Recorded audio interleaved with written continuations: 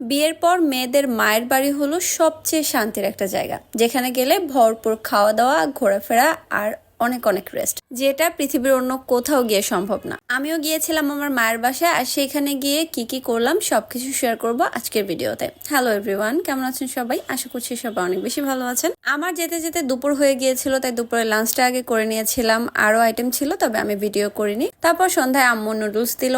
আম্মুর হাতের এই নুডলসটা অনেক মজা হয়, যার জন্য আমি গেলেই হচ্ছে আম্মু এই নুডলসটা করে। দেন পরের দিন আম্মু আমার পছন্দের ফ্রাইড রাইস আর ফ্রাইড চিকেন করবে। এটা শুধু আমার পছন্দের না, আমাদের 3 বোনেরই অনেক পছন্দ। তো যে কথা সেই কাজ, আম্মু সবকিছু রেডি করে রেখেছিল। আমি জাস্ট ঘুম থেকে উঠে নাস্তাটা করে দেন হচ্ছে ফ্রাইড রাইসটা রান্না বসিয়ে দিয়েছি। আর আমার হাতে ফ্রাইড রাইস আমার 2 বোন আর কি খেতে অনেক পছন্দ করে, দ্যাটস ওয়াই আমি হচ্ছে রান্নাটা করছিলাম। আম্মু সব কিছু করে দিয়েছে, নাড়াচাড়া সবকিছু আম্মু করছে, জাস্ট আমি বসাই দিছি। তো এই তো দেখেন, বলতে বলতে ফ্রাইড রাইস হয়ে গেছে। ফ্রাইড রাইসের আলাদা একটা রেসিপি আমি আপনাদের সাথে শেয়ার করব। আমার পেজে আর কি ফলো দিয়ে রাখতে পারেন দেখার জন্য। আর যদি টিকটক থেকে দেখেন তাহলে অবশ্যই একটা ফলো করে দিবেন আর শেয়ার করে দিবেন ভিডিওটা। তো এখানে চিকেন ফ্রাই বানানো হচ্ছিল।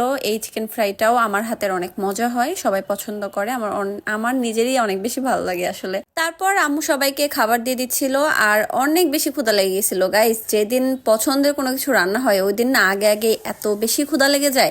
এটা কার কার সাথে হয় অবশ্যই জানাবেন। চিকেন ফ্রাইটা অনেক মজা ছিল, ফ্রাইড রাইসটাও মারাত্মক ছিল। রেসিপিটা যদি দেখতে চান অবশ্যই আইডিতে চোখ রাখতে হবে। আর শসা কারা কারা খান ফ্রাইড রাইসের সাথে? আমি একদমই খাই না, তবে আম্মু ভুলবশত আর কি কেটে ফেলছিল, যার জন্য আর কি খাচ্ছিলাম। তারপর আমরা বিকালবেলা চলে যাই গাজীপুর কুটির শিল্প মেলায়। এই মেলায় কারা কারা গিয়েছেন অবশ্যই জানাবেন।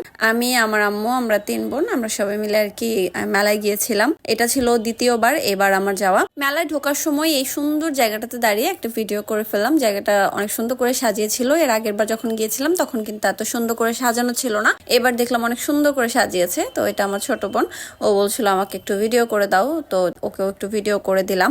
আমি শুনলাম শিল্পী ইমরান নাকি গিয়েছিল গতকালকে। আমার খুবই ফেভারিট একটা সিঙ্গার, বাট আমি আসলে মিস করে ফেললাম প্রোগ্রামটা। আমি যেহেতু গাজীপুর নেই তাই যেতে পারলাম না।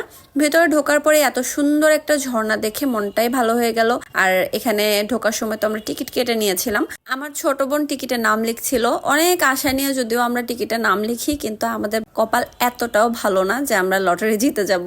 ভেতরে ঢুকলেই এই সুন্দর একটা ঝর্ণা আছে, যেটা কিনা মিউজিকের তালে তালে ডান্স করছিল। জিনিসটা দেখতে এত বেশি সুন্দর ছিল, অনেকক্ষণ দাঁড়িয়েছিলাম এখানে আমি। তারপর ভেতরে এসে নৌকায় উঠলাম আমরা 4 জনে মিলে। নৌকায় ওঠার পর অনেক বেশি মজা লাগে, বাট যখন নামবো তখন মাথায় এত পরিমাণ ঘোরায়, আমি তো নিয়ত করেছি আমি নেক্সটে কখনোই নৌকায় উঠবো না। তারপরে একটু আশেপাশে ঘুরছিলাম, দেখলাম এখানে উত্তরবঙ্গের বিখ্যাত যে কালাই রুটি, সেটার একটা স্টল বসেছে। এটা খাইনি যদিও, কারণ বানানোর প্রসেসিংটা অনেক বেশি নোংরা ছিল, আমার ভালো লাগেনি একদমই। তারপর একটু ঘুরলাম, এখানে মিষ্টির দোকান ছিল, দেখে এত লোভনীয় লাগছিল, ট্রাইও করলাম, বাট মিষ্টিও জঘন্য ছিল খেতে। তারপরে একটু আশেপাশে ঘোরাফেরা করলাম, এই ফুলের দোকানটা দেখলাম, আরো অনেক অনেক স্টল ছিল, সব তো ভিডিও করা পসিবল না। তারপর আমরা আসলে সন্ধ্যা হয়ে গিয়েছিল, বাসায় চলে এসেছিলাম। দেন পরের দিন দুপুর বেলার একটু আগ মুহূর্তে আমি গিয়েছিলাম ছাদে কিছু ভিডিও করার জন্য।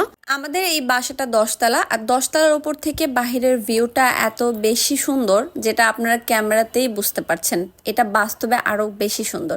ওই দিন না আমার লাকটা ভালো ছিল, দেখেন কি সুন্দর একটা কবুতর এসে ছাদে বসেছিল, আর আমি খুব কাছ থেকে ওর ভিডিও করেছি, আমার এত ভালো লাগছিল।